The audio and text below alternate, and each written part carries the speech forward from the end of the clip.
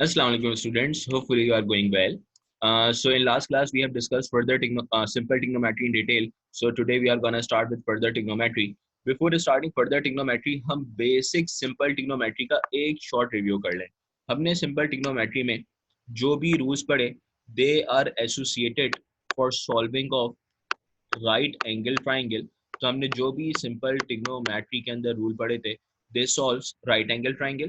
और अगर मैं राइट एंगल ट्राइंगल की शॉर्टली आपसे बात करूं तो इफ यू गाइस रिमेंबर हमने राइट एंगल ट्राइंगल में ये डिस्कस किया था कि side any side we are having some angle that we called as theta and one angle is 90 degree.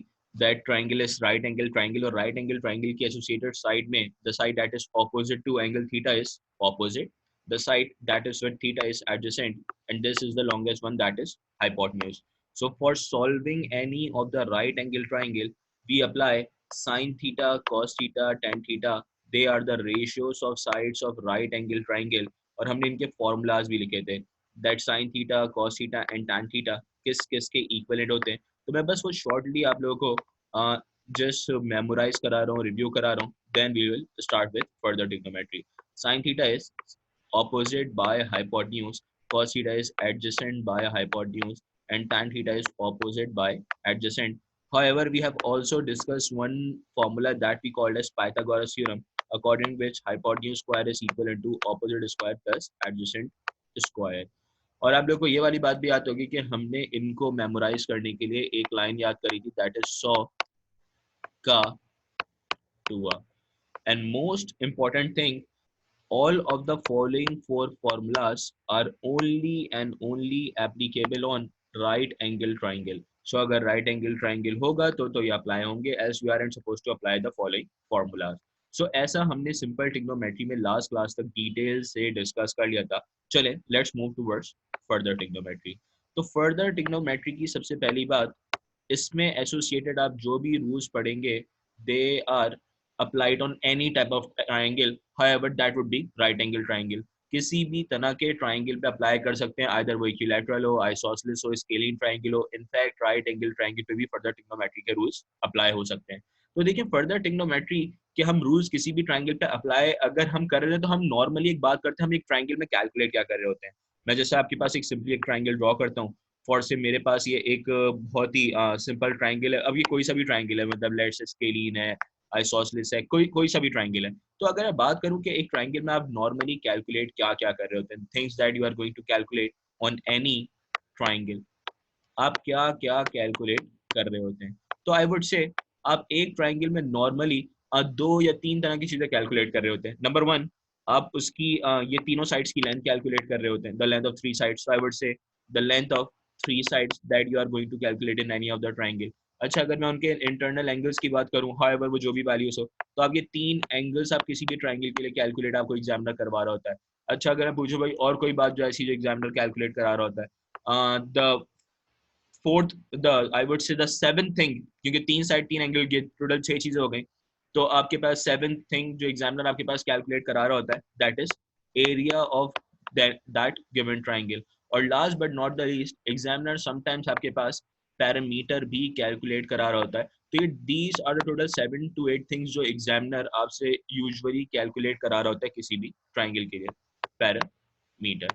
तो वैसे पैरामीटर की अगर बात करूँ तो parameter refers to sum of the length of all sides. तो ऑब्वियसली अगर आपको तीनों साइड्स की लेंथ पता होगी तो पैरामीटर भी इजीली कैलकुलेट हो जाएगा. Well, move on. तो ये नॉर्मली चीजें होती हैं जो एग्जामिनर आपसे कैलकुलेट करा रहा होता है. तो भाई अब मैं फाइनली उस बात पे आ रहा हूँ कि अगर आपके पास एग्जामिनर इनमें से कोई सी भी चीज देता है, आपके पास कहता है कि एंगल कैलकुलेट करें या साइड कैलकुलेट करें for any non right angle triangle, तो आप करते क्या हैं. देखें, for understanding that I have drawn a simple triangle for you, ताकि मैं कुछ टर्मिनोलॉजीज आपको सिखा सकूं जो हम फर्दर ट्रिग्नोमेट्री में किसी भी ट्राइंगल से एसोसिएटेड सीख रहे होते हैं. नंबर वन, कि before solving any of the problem associated to the following cases, आप फर्स्ट ऑफ ऑल ट्राइंगल को लेबल कर रहे होते हैं इन एनी वेज, या एग्जामिनर आपको समटाइम्स लेबल करके भी देता है. मैं जिस तरह से लेबल करने जा रहा हूँ अकॉर्डिंग टू दैट, हमने यहाँ पे एक ट्राइंगल में तीन एंगल्स होते हैं. फर्स्ट एंगल को मैं ए, सेकंड को बी, थर्ड को सी नेम कर रहा हूँ. और ये आप ए बी सी किसी भी साइड से लेबल कर सकते हैं, मतलब this would be A, this would be B, this would be C, anyways कोई फर्क नहीं पड़ता. The length of the side that is opposite to angle A is termed as small a. The length of the side opposite to angle B is termed as small b, and the length of side that is opposite to angle C is termed as small c. तो आप normally इस तरह से label करके इन unknown angles A B C की value calculate करवाता है एग्जामिनर आपसे कि to find these unknown angles और the length of these unknown side. तो ऑब्वियसली जब तक आप उसको लेबल नहीं करेंगे आप अकॉर्डिंगली उसको कैलकुलेट भी नहीं कर सकते. तो this is the labelling that you are going to use in following cases. So अब आप लोगों का क्वेश्चन होगा कि भाई अननोन साइड और अननोन एंगल्स को कैलकुलेट करने के लिए there must be some formula जिसको हम यूज करते हुए अननोन साइड्स और एंगल्स को कैलकुलेट करते होंगे. तो सबसे पहला फॉर्मूला हम जो डिस्कस करने जा रहे हैं दैट इज साइन रूल. देखिए नॉर्मली दो तरह के फॉर्मूलाज होते हैं जिससे आप यूज करते हुए इन ट्राइंगल को सॉल्व कर रहे होते हैं, अननोन साइड और अननोन एंगल्स को कैलकुलेट कर रहे होते हैं. Number one is sine rule and number two is cosine rule. अब देखिए इनके नाम से ही पता लग रहा है, अगर मैं बात कर रहा हूँ साइन रूल की, it means you will be thinking like यार इसके अंदर कोई साइन थीटा एसोसिएटेड कोई फॉर्मूला या प्रॉपर्टी यूज होती होगी. Number two is cosine rule, तो इट में cos थीटा एसोसिएटेड कोई प्रॉपर्टी यूज होती होगी. तो let's talk about number one that is sine rule. तो पहले साइन रूल की बात कर लेते हैं डिटेल में. तो नंबर वन हम डिस्कस करने जा रहे हैं साइन रूल. तो भाई साइन रूल को अप्लाई करते हैं, पहले इससे रिलेटेड मैं कुछ बातें यहाँ पे लिख रहा हूँ. I want you people to just note it down या आप उसको एक नजर देख लें. Yes, तो मैंने फाइनली लिखा है sine rule is used to apply to find unknown sides and angles of any of the triangle. To find unknown sides and angles of any of the triangles, we apply sine rule. Number two, मैंने ये लिखा apply when one complete pair is given and one pair is incomplete. अब इसका मतलब क्या है कि one complete pair is given and one pair is incomplete. To find incomplete pair we apply sine rule. अब इस बात को यहाँ पे जरा डिटेल में डिस्कस करने से पहले हम साइन रूल का फॉर्मूला लिख लेते हैं. देखिए साइन रूल का फॉर्मूला बड़ा सिंपल सा है, a divided by sign angle a, b divided by sign angle b and c divided by sign angle c. अगर आप एक चीज यहाँ पे क्लियरली नोट करें, this small a, b and c refers to sides of the triangle, whereas in denominator capital A, capital B and capital C refers to angles for any of the given triangle. जैसे मैंने यहाँ पे clearly लिखा हुआ था कि हम capital A से एंगल्स को रिप्रेजेंट करते हैं और small a, b and c से हम साइड ऑफ द ट्राइंगल को रेफर कर रहे होते हैं.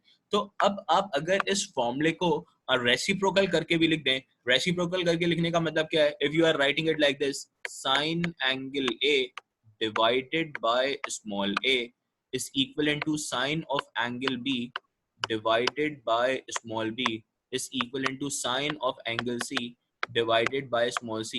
तो ये दोनों ही एक ही बातें हैं, आप किसी भी तरीके से लिख सकते हैं, उससे कोई फर्क नहीं पड़ सकता, उससे कोई फर्क नहीं पड़ता. अब इसमें मैंने एक बात देखी थी कि when one complete pair is given and one pair is incomplete. अब इस बात से मेरा क्या मतलब है, जरा इस बात को डिटेल से डिस्कस करते हैं. जैसे एग्जामिनर ने आपके पास क्वेश्चन गिवन करा हुआ है like this, an examiner is asking you to find the unknown. मैंने क्वेश्चन आपके पास लिख दिया और मैं कह रहा हूँ कि यार अननोन कैलकुलेट कर लो. This is 5, this is 5.8 and this is 40 degree, this is 4 and 0, this is 4, this is 0, 40 degree. I am asking you to find this side, this angle and this side. आपके पास मैंने question given करा हुआ है, आप एक triangle के अंदर examiner normally आपको तीन चीजों का पेयर दे रहा होता है. अब ये तीन चीजों का पेयर क्या, कोई भी दो साइड्स होंगी, एक एंगल होगा, दो एंगल, एक साइड, तीनों साइड, कुछ ना कुछ आपके पास एग्जामिनर नॉर्मली जब भी इस तरह से ट्राइंगल एसोसिएटेड क्वेश्चन देता है फर्दर ट्रिग्नोमेट्री में, तो आपके पास इस तरह का केस होता है. Examiner is asking you to find unknown angles and sides. तो पहले बिफोर स्टार्टिंग दिस प्रॉब्लम मैं अपनी लेबलिंग को कंप्लीट कर लूं. I start labeling with any of the point. जैसे मैंने इसको एंगल ए क्या दिया, okay, so this becomes small a because this is opposite to angle A. मैंने इसको अगर फॉर से बी लेबल करा है, अगर मैं इस वाले एंगल को बी लेबल करने जा रहा हूँ, इसको सी लेबल करने जा रहा हूँ, so that is equal to small C and that is equal to small D. अब देखिए मैंने ऊपर जो एक बात कही थी कि when one pair is complete, pair का मतलब क्या होता है?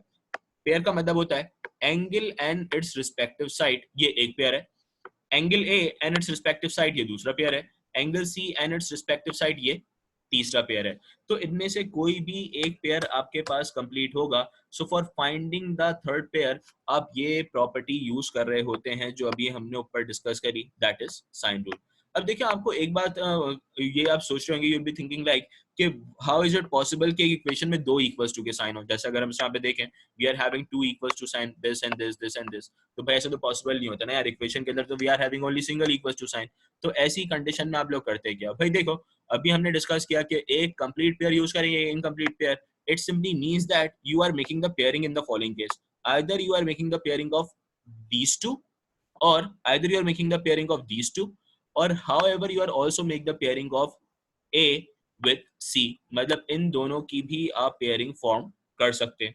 Exactly in the same way भाई अगर आपने एंगल भी इनफैक्ट ऊपर रखा हुआ है तो आप इन दोनों की पेयरिंग साइन एंगल ए और एंगल बी की बना लें और फिर इन दोनों की बना लें, या ए और सी की भी फॉर्म कर सकते हैं। इस पेयरिंग को मैं प्रॉपर्ली फॉर्म करके दिखा के आपको अननोन साइड्स और एंगल कैलकुलेट करवाऊंगा।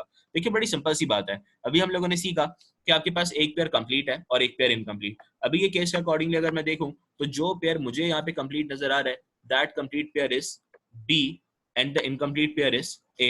तो it means मैं पेयरिंग A और B की बनाने जा रहा हूँ और उस पेयरिंग में मुझे कैलकुलेट क्या होगा? अननोन कैलकुलेट होगा। तो A की पेयरिंग में अननोन साइड की लेंथ है कि एंगल? तो ऑब्वियसली एंगल। तो इस पेयरिंग में मैं एंगल A की वैल्यू कैलकुलेट कर पा रहा होऊंगा। So let's move on. अब मुझे बताएं अगर एंगल A की वैल्यू कैलकुलेट करनी है तो मेरी कोशिश होगी ना कि मैं जो चीज कैलकुलेट कर रहा होता हूँ, मतलब एंगल ए कैलकुलेट कर रहा हूँ, तो I since I have to make the pairing of these two, या तो मैं ये अबव वाला पेयर यूज करूं जिसमें मेरे पास लेंस न्यूमरेटर में है, एंगल डिनोमिनेटर में, साइन ऑफ द एंगल, या मैं दूसरा पेयर यूज कर लूं जिसमें मेरे पास एंगल न्यूमरेटर में है और लेंस डिनोमिनेटर में है। सो आई वुड सजेस्ट कि आप वो पेयर यूज करिएगा जो आपके लिए ज्यादा हेल्पफुल हो। जैसे एंगल न्यूमरेटर में अगर आपके पास डायरेक्टली हो तो ऑब्वियसली सब्जेक्ट बनाना आसान होगा, हाउएवर आप किसी भी तरीके से कर सकते हैं, कोई फर्क नहीं पड़ता।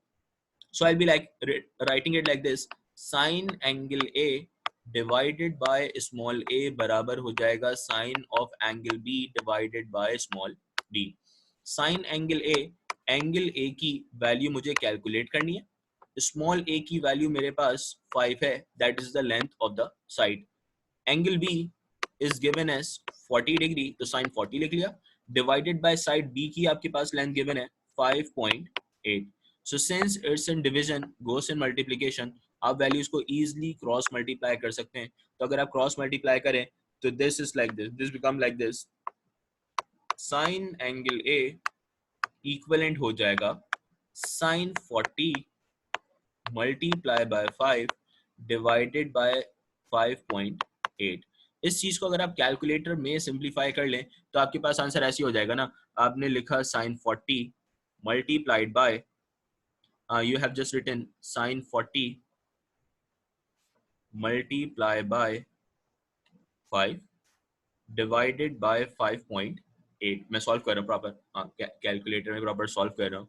सो that divide by 5.8 and sine inverse of the following value comes out to be 33.65 degree. क्योंकि देखें इसको सॉल्व करने पे आपके पास आएगी साइन एंगल ए की वैल्यू, आप ऐसे करके लिख रहे होगे ना कि sine angle A comes out to be 0.55 something value आ रही थी। नॉर्मली जब आप इस केस में एंगल कैलकुलेट कर रहे थे तो you have to write answer up to 3 decimal places ताकि आपके पास एंगल की वैल्यू और ज्यादा एक्यूरेट आए। और for finding the value of angle A you have to sin inverse of that particular value, that is 0.554, and angle A comes out to be 33.65 degrees, 33.65 degrees. So that's how we have calculated the value of angle A. Now the question is कि अगर हमने इस condition के accordingly angle A की value calculate कर लिए, now we have to find the C, और C की वैल्यू कैलकुलेट करने का मतलब यही है ना कि मैं C वाला पेयर यूज करने वाला हूँ। And if we talk about this pair of C, ना तो मुझे लेंथ ऑफ साइड पता ना तो एंगल पता, तो in that case The property helps you to find any of the third unknown angle, and that property is कि आपके पास एक general property जो किसी भी triangle के लिए valid होती है, valid for every of the triangle, जो मैंने यहाँ पे आपको start पे बतानी थी, that is sum of all the angles of a triangle must equal to 180 degree. आपने बात तो डिटेल से पढ़ी हुई है ना, कि कोई भी कंडीशन हो और किसी भी तरह का ट्राइंगल हो, एक ट्राइंगल में the sum of all the angle must equal to 90 degree 180 degree. तो exactly by applying this property क्या आप यहाँ पे थर्ड एंगल सी कैलकुलेट कर सकते हैं. और थर्ड एंगल सी कैलकुलेट करने का मतलब यही है ना कि मैं अगर थर्ड एंगल सी कैलकुलेट करने जा रहा हूँ, तो थर्ड एंगल सी कैलकुलेट करने के लिए मैं ऐसे करूंगा ना कि angle C is equal to 180 में से रिमेनिंग टू एंगल्स का सम माइनस कर लूं, और रिमेनिंग टू एंगल का sum is angle A plus angle B का सम.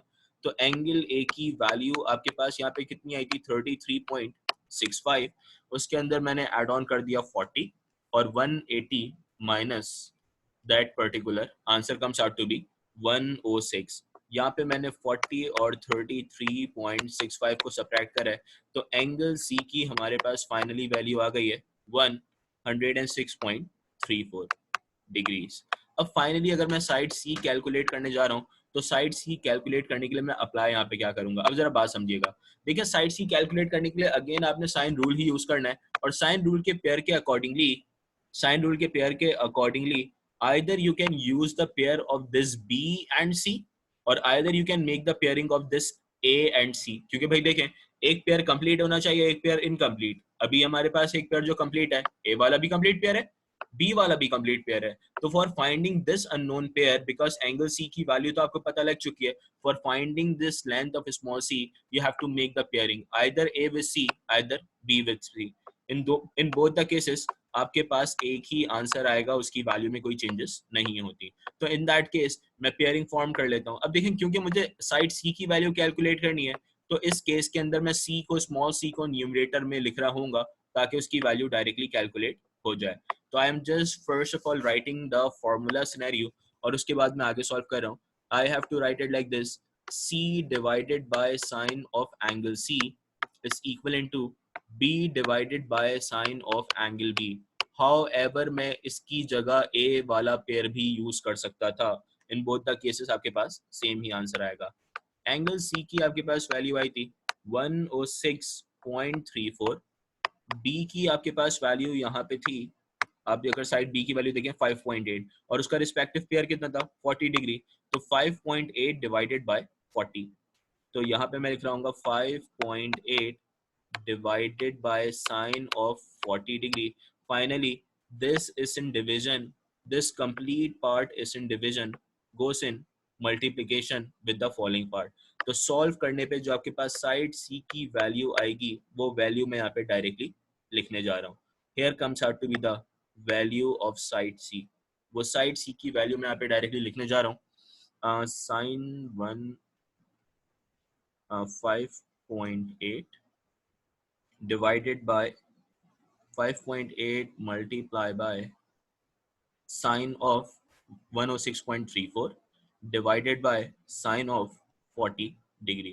इसको मैंने कम्प्लीटली कैलकुलेटर में कैलकुलेट करा, that comes out to be 8.658. तो आप इसको 2 डेसिमल प्लेसेस तक राउंड ऑफ करके लिख देंगे, तो that comes out to be 8.66.